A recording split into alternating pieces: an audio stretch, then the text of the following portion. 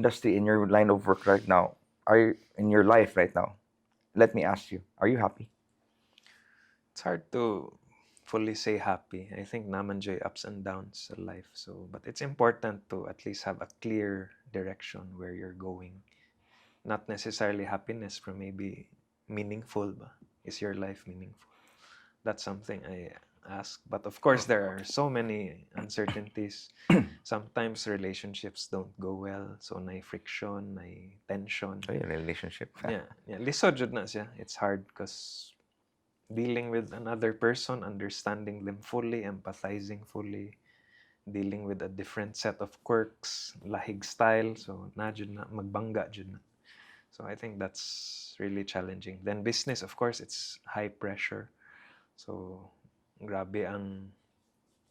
Of course, we have to make tough decisions and we have to be firm. That will make some people unhappy.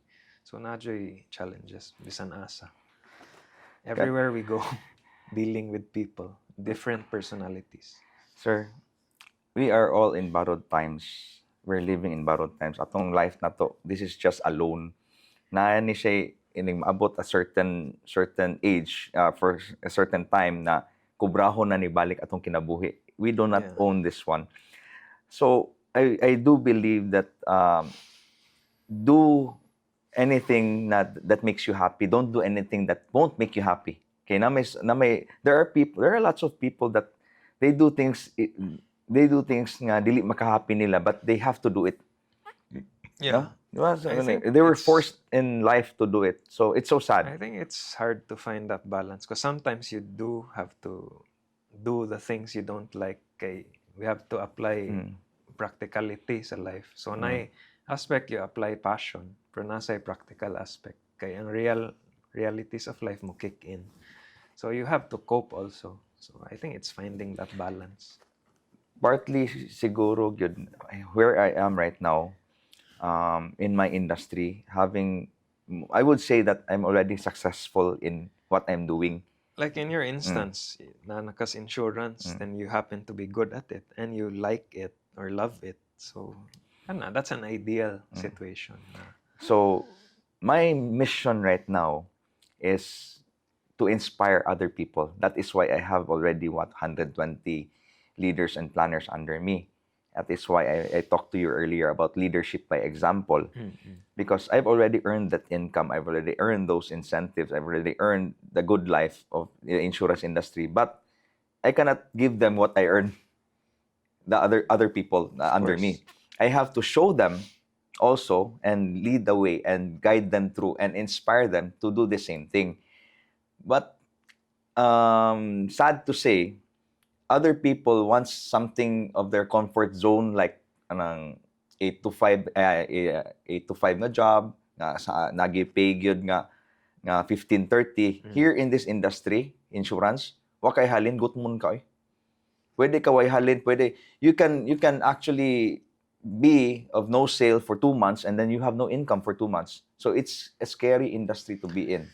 I think sales in general is that way. Na it's always high pressure, always on the go. You have to hit the numbers. Pero dako sad kag income. Dako kayo. But others would opt for a safer choice, 9 to 5, pero fixed income. So I think depende ra jud sa tao. ang one thing also akong na-realize na ako na-feel good are the love, ang true love, gugma sa ako ang mga clients to me. And that kind of love, makaan ako mga matouch bitaw ka nga, hala, daghana ni salig na ko, daghana ni support, So that is why I told you earlier also that I'm in too deep. I cannot back out from this. This is my life until the day I die.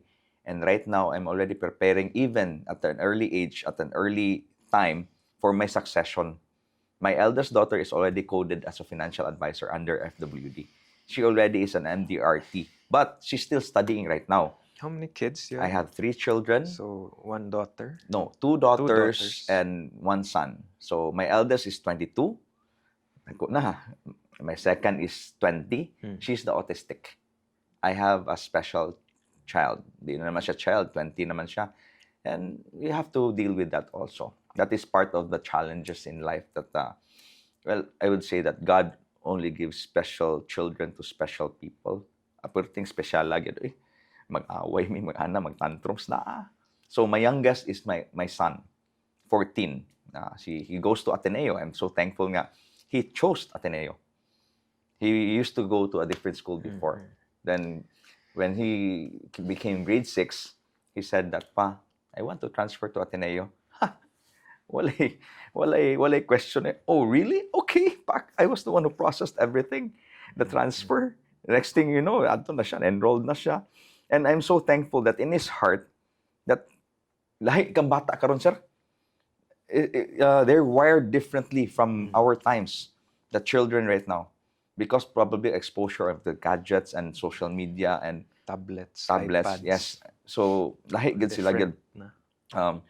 Roblox. They live in a virtual world. Kuya, bitaw, no, regarding attention span. Kuya, okay. Especially reels man ang uso ron, TikTok, and everything is at the push of a button. So for sure, work ethic on all that will take a toll. Values, because they see any content that spreads. So what na itig verify what's true or not, and all these things. So there are many dangers to what's happening. Many good things from technology and all these advancements, but in terms of incorporating values, old traditional values, someone has to keep a close eye on that.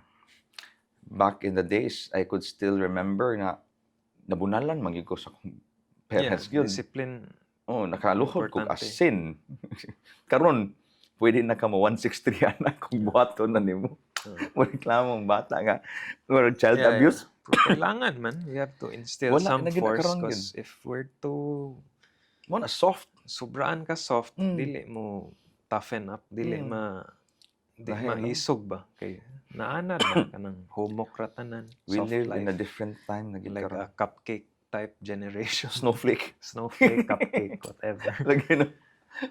So sad, but it's reality and we have to deal with that. Ikaw, sir, di ba naman kay kids na kay baby? I just had a kid 1 year pa. 1 year pa? 1 year and 2 months. Yeah.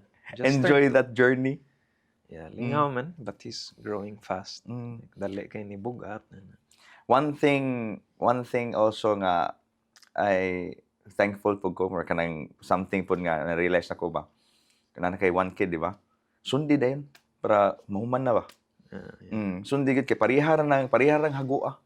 Yeah. Mao bitaw ng advice usually. Pariharang hagua. Raising one kid and raising 3 kids, same effort.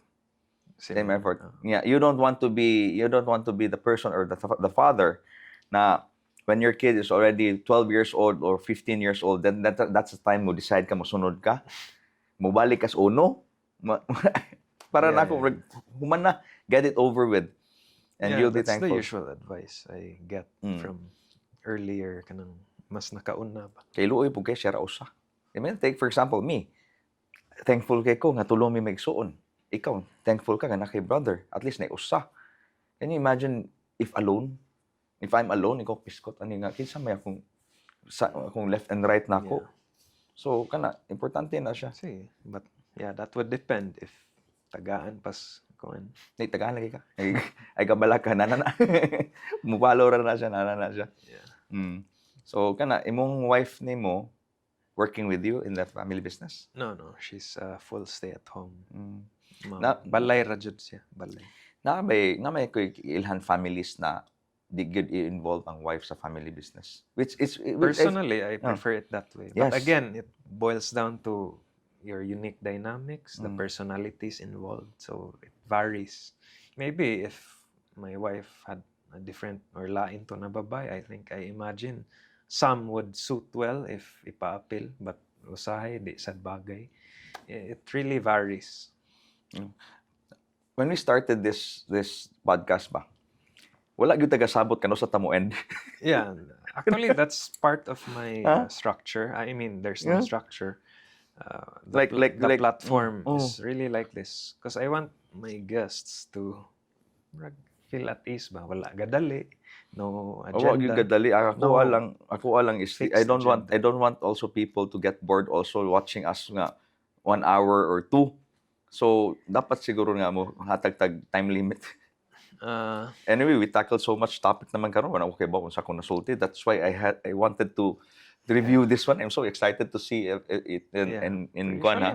ma-extract raman ang shorter clips. That's Mm. how I do it. So you'll Mm-mm. get short clips depending on the topic then. But you'll be surprised that some prefer a full episode. Mm. Well, sometimes while ga gym, while ga drive, tungod sa traffic, they just play a podcast and just listen throughout. So these days, mao na mas uso kaysa music kay karon mas maminaw na ang tao. They take in inputs and they of course wanna learn as opposed to hearing the same songs over and over again. So mao na karon actually while doing sets in the gym.